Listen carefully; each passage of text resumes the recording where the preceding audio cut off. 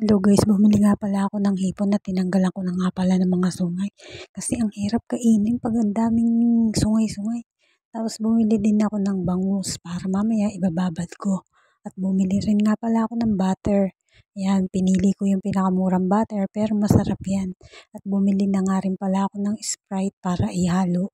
At saka bumili na nga rin pala ako ng isang cheese. Ayan, pagsasamasamahin ko yan mamaya pagluluto ko ng hipon. Yan, para mas masarap.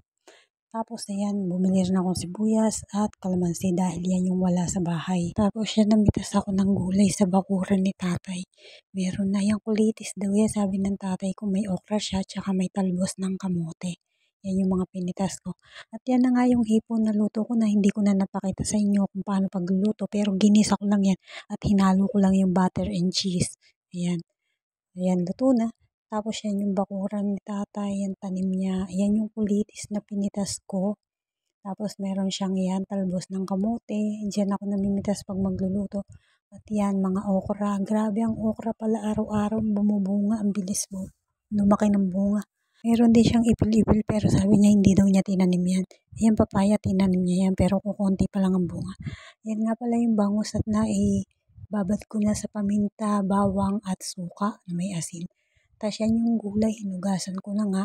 Kailangan linisin natin mabuti yung gulay kasi minsan marami siyang insekto na hindi natin nakikita.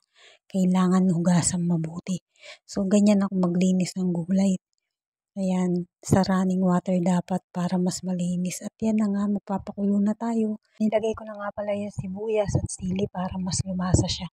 Tapos lalagay ko na nga pala yung gulay para mas lumambot siya bago ko ilagay ang hipon. Ang hipon kasi sa huli yan kasi konting kulo lang ang hipon. Di mo kailangan pakuluin maigi ang hipon dahil ang hipon, pag sobrang kulo ng hipon guys, ang hirap niyang balatan. Kaya dapat konting kulo lang ang gagawin sa hipon. At yan na nga, ilagay ko na yung mga gulay. Ayan, lalagyan na natin ng pampaasim na sinigang.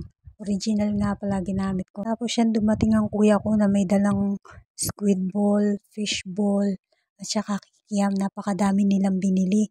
Hindi nila alam na nakabili na ako ng ulam. Bumili pa sila. Kaya yan, dami naming ulam. Ayan, may kasama pang tuyo na binili sila. Napakadami oh. Ilang araw na naming iulam yan tuyo sa sobrang dami. Tapos ayan na nga, naluto ko na yung sinigang. Hindi ko na rin napakita sa inyo. Yan yung hipon na niluto ko guys sa butter and cheese at saka sa Sprite. Sobrang sarap, creamy. At nagsangag nga din pala ako ng sinangag sa bawang.